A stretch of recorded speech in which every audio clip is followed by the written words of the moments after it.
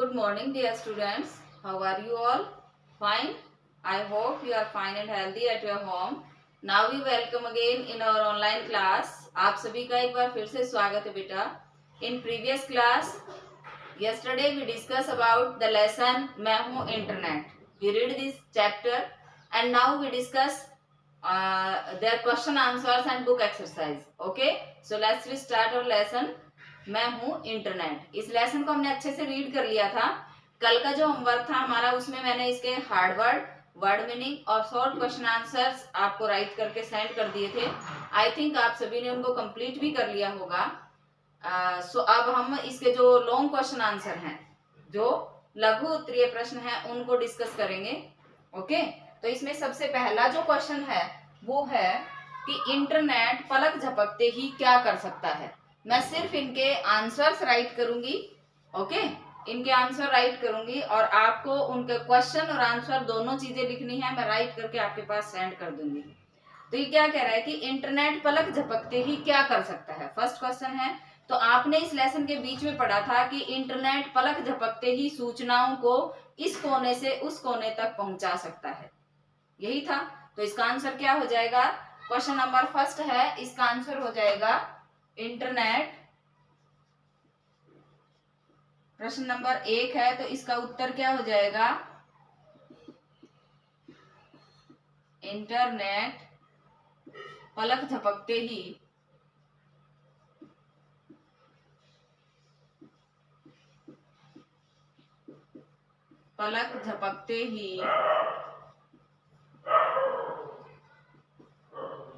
सूचनाओं को एक कोने से दूसरे कोने तक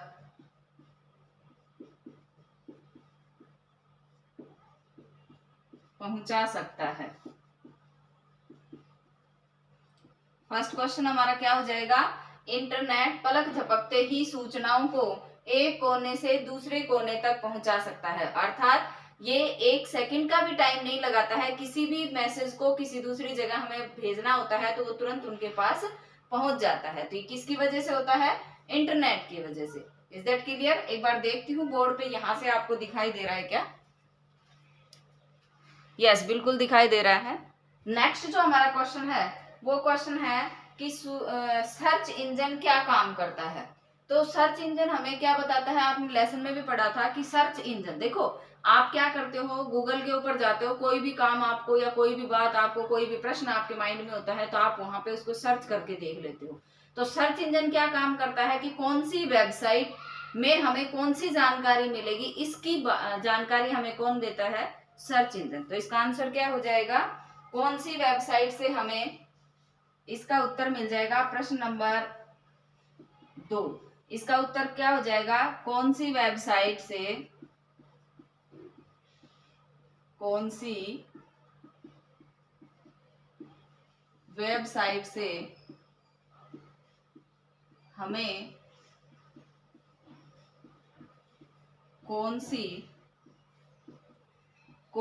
वेबसाइट से हमें कौन सी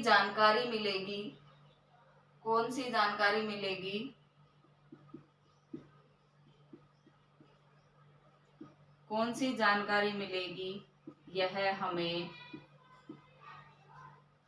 सर्च इंजन बताता है या सर्च इंजन से पता चलता है.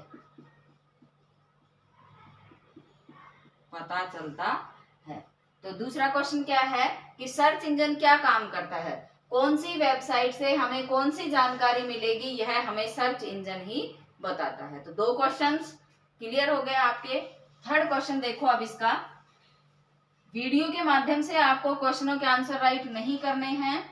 I repeat again and again कि मैं इनके आंसर्स आपको लिख करके PDF सेंड करूंगी. एक आपकी जो लाइव क्लास होती है उस क्लास में बच्चे इस बात को बार बार रिपीट करके पूछते हैं कि मैम क्या आप PDF भेजोगे, बेटा ये डेली का काम होता है. प्रैक्टिस करने के लिए मैं आपको इसकी बुक एक्सरसाइज देती हूँ, वीडियो में समझा देती हूँ और फिर आपको प्रैक्टिस करने के लिए देती हूँ. यदि आपके समझ में आता है अच्छे से तो आप उसको फिल कर लीजिए. अगले नेक्स्ट डे मैं उसके आंसर सेंड कर देती हूँ। तो अगला जो क्वेश्चन है वो है ईमेल क्या काम करता है। थर्ड क्वेश्चन है वो क्या कहता है कि ईमेल जो है वो क्या काम करता है। तो यह भी सूचनाओं को भेजने का एक माध्यम होता है। ईमेल भी क्या होता है, यह भी क्वेश्चन नंबर थर्ड है।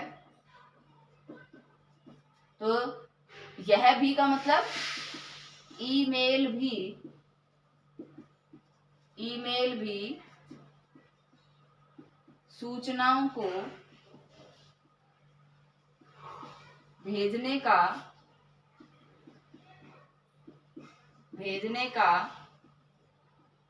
एक माध्यम होता है।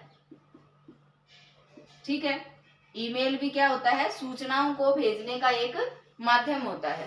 क्लियर। नेक्स्ट है इंटरनेट के आ जाने से व्यापार के क्षेत्र में क्या क्रांति आई। तो देखो ये थोड़ा सा बड़ा क्वेश्चन बनेगा क्योंकि आपने पढ़ा भी था कि इंटरनेट के आ जाने से व्यापार के क्षेत्र में क्या क्रांति आई, कि व्यापार इंटरनेट के आ जाने से व्यापार के क्षेत्र में क्रांति क्या आई, कि इंटरनेट ने पूरी दुनिया को एक बाजार का रूप दे दिया है। एक कंप्यूटर से दूसरा कंप्यूटर, दूसरे कंप्यूटर से तीसरा कंप्यूटर जोड़ करके इस तरह से ये पूरी दुनिया ही क्या बन गई, एक बाजार बन गई। तो हमारा क्वेश्चन का आंसर क्या होगा, इंटरनेट ने, जो प्रश्न 4 है उसमें है इंटरनेट ने पूरी दुनिया को एक बाजार के रूप में बदल दिया। इंटरनेट ने पूरी दुनिया को एक बाजार के रूप में बदल दिया। यह कंप्यूटरों की मदद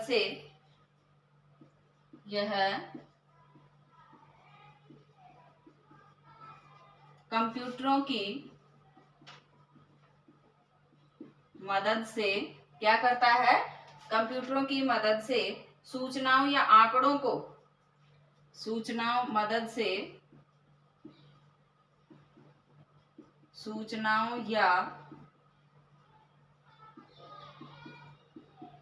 आंकड़ों को इधर से उधर आसानी से पहुंचा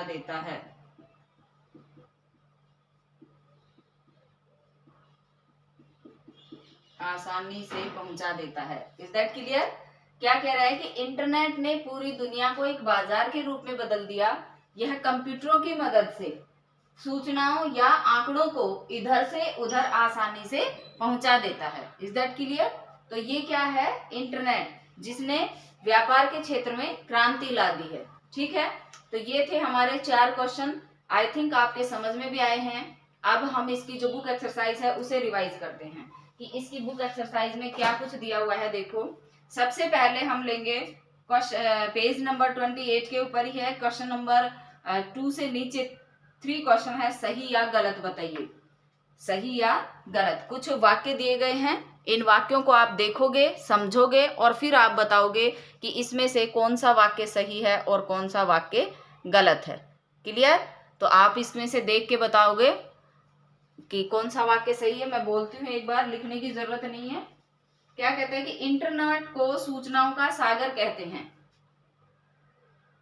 क्या ये सही है या गलत है, बता सकते हैं आप। तो इंटरनेट को सूचनाओं का सागर कहा जाता है, तो ये बात बिल्कुल सही है। चैटिंग से दूर बैठे लोगों से बात नहीं की जा सकती। चैटिंग का मतलब मैंने आपको क्या बताया था, बातचीत। अभी जो वर्ड मीनिंग भेजे मैंने उनमें भी बताया मैंने आपको, चैटिंग का मतलब बातचीत, और बातचीत क्या होते हैं, संवाद। तो ये वाक्य हमें क्या कह रहा है कि चैटिंग के माध्यम से दूर बैठे बात नहीं हो सकती। तो क्यों नहीं हो सकती है, आप व्हाट्सएप पे चैटिंग करते हो, आप फेसबुक पे चैटिंग करते हो, तो आप क्या करते हो, उसमें आप इधर लिखोगे, सामने वाले जिसके पास आप भेज रहे हो उसके पास उसे शो करेंगे, उसे दिखाई देगी। तो हो सकता है ना ऐसा, तो ये बात बिल्कुल गलत है। फेसबुक का सहारा लेकर हम अपने मन की बात कह सकते हैं। तो देखो फेसबुक, ट्विटर और व्हाट्सएप जो हैं ये क्या काम आते हैं? इनके जरिए हम अपने मन की बात दूसरे को बता सकते हैं। इंटरनेट से व्यापार संबंधी सूचनाएं प्राप्त नहीं की जा सकती, तो ये बात तो बिल्कुल गलत है, क्योंकि व्यापार के क्षेत्र में तो इंटरनेट ने क्रांति ला दी। तो ऐसा तो हो ही नहीं सकता कि इंटरनेट से व्यापार के क्षेत्र में क्रांति नहीं आई है या इंटरनेट से सूचनाएं प्राप्त नहीं की जा सकती हैं। तो ये बात बिल्कुल गलत है। छोटे छोटे नेटवर्कों के माध्यम से इंटरनेट पूरे संसार को जोड़ता है, ये बात भी बिल्कुल सही है कि इंटरनेट जो है वो छोटे छोटे उनके कंप्यूटरों के माध्यम से पूरे संसार को जोड़ देता है। Is that clear? Okay, next question आता है पेज नंबर 29 के ऊपर। ये है, इन वाक्यों में रेखांकित शब्द पुरुषवाचक सर्वनाम है, तो आप उनके भेद बताइए कि वो कौन सा सर्वनाम है। देखो, जब हम व्याकरण में हमारा सर्वनाम टॉपिक पढ़ेंगे तब इसके बारे में और ज्यादा डिटेल से बताएंगे, लेकिन सबसे पहले तो आप ये देखो, ये होता है पुरुषवाचक सर्वनाम। ठीक है, क्या होता है ये? पुरुषवाचक सर्वनाम। अब पुरुषवाचक जो सर्वनाम है, पहले तो इसके भेद देखिए कितने होते हैं। पुरुषवाचक के 3 भेद होते हैं। एक होता है उत्तम पुरुष, एक होता है मध्यम पुरुष, और एक होता है अन्य पुरुष। पहले इसको समझने का प्रयास करना। उत्तम पुरुष होता है बोलने वाला, बोलने वाला यानी मैं कहूं कि मैं या हम, मैं बोल रही हूं तो मैं कौन हूं? मैं या हम। आप बोलोगे तो क्या कहोगे? मैं बोल रहा हूं। ठीक है। मध्यम पुरुष होता है सुनने वाला, सुनने वाला, जैसे तुम या आप, तू भी आता है। और अन्य पुरुष होता है कोई तीसरा, कोई तीसरा, अर्थात ये, वे, वह, यह। ठीक है, यहां तक समझ में आया? एक तो देखो, मैं बात बोल रही हूं तो मैं क्या हो गई? उत्तम पुरुष। तुम उस बात को सुन रहे हो, तुम कौन हो गए? मध्यम पुरुष। और मैं कहूं कि वह आ रहा है, हमारे पास नहीं है, हमें दूर से दिखाई दिया वह आ रहा है, या मैं पूछूं बेटा आज वह नहीं आया क्लास में, तो वो कौन हो गया? कोई तीसरा व्यक्ति, जिसे हम अन्य पुरुष कहेंगे। Is that clear? तो कुछ वाक्य हमारे पास दे रखे हैं और कह रहा है कि इनमें बताओ कि कौन सा वाक्य, कौन से वाक्य में पुरुषवाचक सर्वनाम का कौन सा भेद है। तो ये समझ में आया आपके? ओके, तो इसको देखो, इसको मैं रेज कर देती हूँ, इनको रखते हैं इधर से। ठीक है, इनको रखेंगे, इनसे हम समझेंगे इसको। ये है उत्तम पुरुष, ये है मध्यम पुरुष, और ये है अन्य पुरुष। ठीक है, इनको देख के हम इनको समझेंगे। ये पहला कहता है आप फेसबुक का सहारा ले सकते हैं। आप, क्या कह रहा है? आप, इसको अंडरलाइन कर रखा है। तो आप इनमें से बताओ कौन से में आएगा? इसमें। तो ये कौन सा हो गया? मध्यम पुरुष। कौन सा हो गया ये? मध्यम पुरुष। क्लियर? आप कौन से में आ गया? मध्यम पुरुष में। फिर मेरे पास अलादीन का चिराग है, बोल कौन रहा है? मैं, यानी मेरे पास। तो ये मैं बोल रही हूं मेरे पास, तो ये मैं कौन हो गया? उत्तम पुरुष। तो ये किस में आ जाएगा? उत्तम पुरुष में। फिर आता है मैं लोगों तक सूचनाएं पहुंचाता हूं, बोल कौन रहा है? मैं किस में आता है? उत्तम पुरुष में। तो ये भी किस में हो गया? उत्तम पुरुष में। फिर उन्होंने ट्विटर अकाउंट बंद कर दिया। उन्होंने यानी कि ना मैंने किया ना तुमने किया, ना मैंने किया और ना ही तुमने किया। किसने कर दिया? उन्होंने, कोई तीसरे ने। तो ये, वे, वह, यह, उनका, उनकी, उन्हें, उन्होंने, उनसे, ये सब किस में आएंगे? अन्य पुरुष में। तो यहाँ क्या हो जाएगा? अन्य पुरुष, क्योंकि वो कोई और ही है। फिर उसके बाद हमारा काम आजकल इंटरनेट के बिना नहीं चल सकता।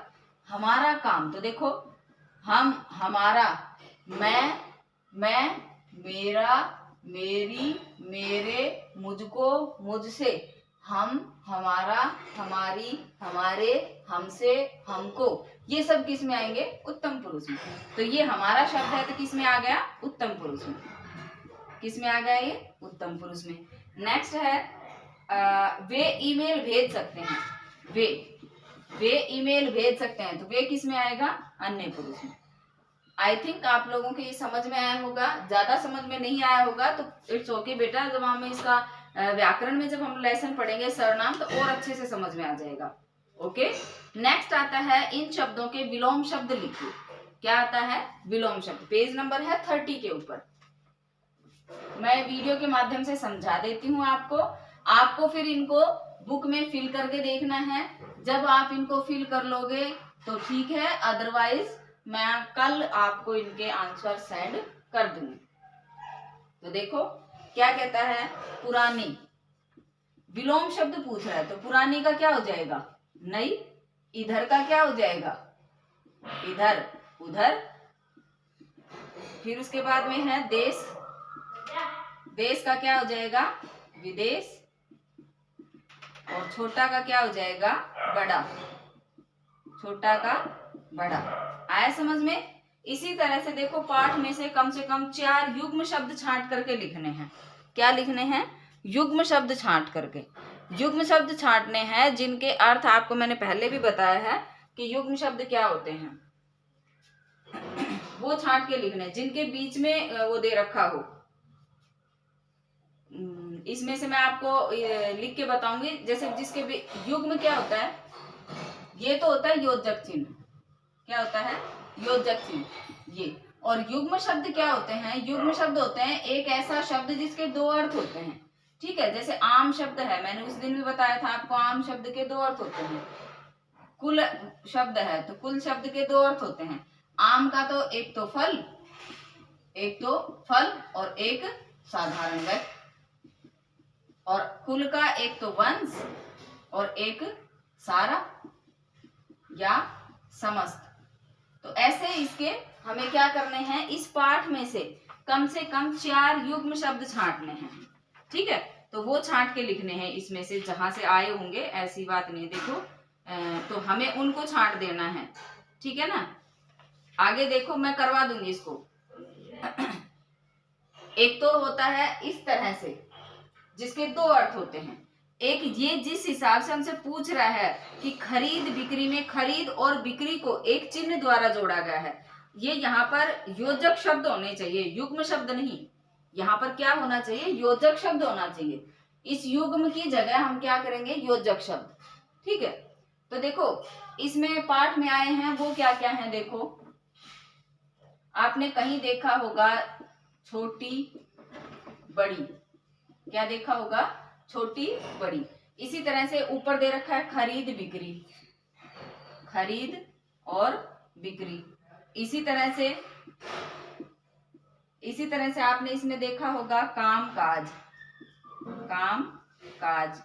इसी तरह से समय सीमा, समय सीमा। अब ये जो चिन्ह है ना, ये योजक चिन्ह कहलाते हैं कि ये छोटी और बड़ी, खरीद और बिक्री, काम और काज, तो ये योजक शब्द होते हैं। ठीक है, तो ये आपको लिखने हैं इसमें।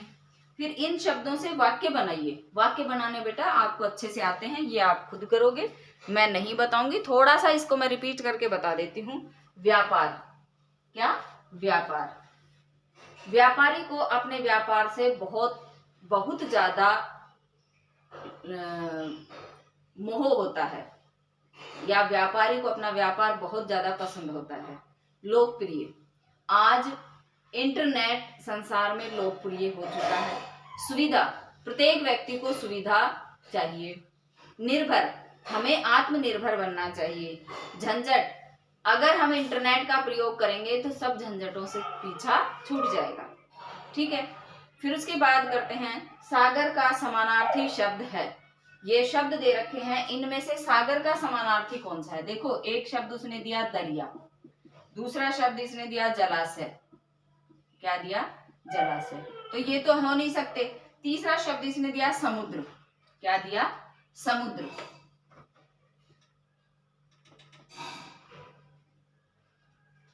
तो हमारा जो समुद्र शब्द है ये क्या कहलाएगा?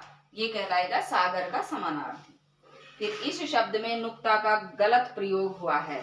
कौन सा शब्द है जिसमें नुक्ता का गलत प्रयोग हुआ है? ये होता है जवाब, इसके नीचे नुक्ता लगा दिया। ये होता है रोजगार इसके नीचे लगा दिया। आई थिंक ये दिखाई दे रहे होंगे ना आपको। और एक दे रखा है हाजिर, हाजिर, इसके नीचे नुक्ता लगा दिया। अब आप ये कहता है कि इन तीनों शब्दों में से कौन सा ऐसा शब्द है जिसमें नुक्ता लगा हुआ, गलत लगा हुआ है। तो देखो हाजिर ये भी सही है, रोजगार ये भी सही है। जवाब नहीं होता है, जवाब होता है। क्या होता है? जवाब। तो इसमें नुक्ता नहीं आएगा, ये ऐसे आएगा, इसमें नुक्ता चिन्ह नहीं आएगा जवाब में, क्योंकि ये जवाब नहीं होता है। देखो इस जय को, ये तो क्या है? जय। और ये क्या होता है? जवाब। और ये क्या है? जय। क्या है ये? जय। तो ये जवाब नहीं होता है। ठीक है, तो हमारा इसमें से राइट आंसर कौन सा हो जाएगा? ये वाला, कि ये गलत है। इसके नीचे नुक्ता लग रहा है ना, तो ये वाला गलत होगा। फिर मेरा काम सरकारी कामों में टांग अड़ाना नहीं, इस वाक्य में टांग अड़ाना मुहावरे का क्या अर्थ होगा? तो टांग अड़ाना मुहावरा होता है जिसका आपने पीछे भी देखा, आपने पीछे भी देखा कि वो दे रखा है इसमें, टांग अड़ाना मुहावरा है, उसका अर्थ होता है रुकावट पैदा करना। ठीक है, या रुकावट डालना। फिर इसमें पीछे देखो, ये क्या दे रखे हैं? ये फेसबुक, ट्विटर और व्हाट्सएप ये दे रखे हैं। ये हमारे क्या होते हैं? ऐसे चिन्ह होते हैं, ऐसे आइकन होते हैं, ये ऐसे ऐप होते हैं जो सोशल मीडिया ऐप होते हैं, है ना। तो इन ऐपों के जरिए हम, मतलब ये कह रहा है कि इन ऐपों के जरिए व्यक्ति अपनी बातों को, अपने मन के भावों को दूसरों के साथ साझा कर सकता है। यहाँ पर कुछ और बातें दे रखी हैं। इंटरनेट के बारे में निम्नलिखित जानकारियां बताइए। इंटरनेट की शुरुआत विश्व में सबसे पहले कब और कहां हुई? ये प्रश्न बना के दूंगी मैं आपको। वैसे तो ये मेरे को शॉर्ट क्वेश्चनों में ही दे देने थे, लेकिन कोई बात नहीं, आज दे देंगे। तो इंटरनेट की शुरुआत हुई थी 1989 ईस्वी में स्विट्जरलैंड में। कहाँ हुई थी? 1989 में स्विट्जरलैंड में हुई थी और टिम बर्नर्स ने की थी। इंटरनेट की शुरुआत भारत में कब हुई? तो 1995 में। और ईमेल के द्वारा सबसे पहला संदेश कब भेजा गया? तो वो भेजा गया था 1971 में। ठीक है, तो ये क्वेश्चन मैं बना के दूंगी आपको, और आप सभी को इनको अच्छे से लर्न करना है बेटा। बुक एक्सरसाइज मैंने आपको समझाई है। I think you understood it's very well. अब हम अपनी क्लास को विराम देते हैं, अपने शब्दों को यही विराम देते हुए, इस लेसन को यही ओवर करते हुए, खत्म करते हुए, और कल फिर पढ़ेंगे एक अगला लेसन जो होगा हमारा हिंदी व्याकरण का। तो कल हम हिंदी व्याकरण का लेसन पढ़ेंगे। ठीक है, हिंदी व्याकरण में हम पढ़ेंगे कल पत्रों के बारे में। ठीक है ना। सो आज की क्लास को यही विराम देते हैं, तब तक के लिए बाय बाय।